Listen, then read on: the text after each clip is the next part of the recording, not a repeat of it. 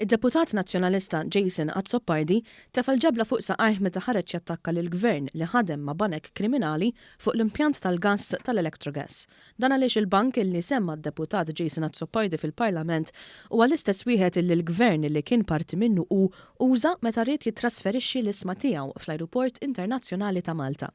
Meta sar dan il-ftehim, Jason Azzopardi kien diġà deputat parlamentari tal-istess Gvern Nazzjonalista.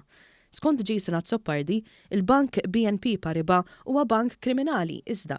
Il-fatti juru li dan l-istess bank il-Gvern Nazzjonalista kien uża biex jagħtih il-pariri u jmexxi il-proċess tal-privatizzazzjoni tal-Ajruport Internazzjonali ta' Malta. Dakinhar konsorzju internazzjonali immexxi mill-Vienna International Airport għamel ftehim miljonarju mal-Gvern Malti, mhux biss biex għadda għandu l-kapital iżda biex jieħu t-tmexxija tal-bank. Biex għamel dan il-Gvern uża lil dawk illi skont Jason Azzopardi mhuma xejn għar kriminali.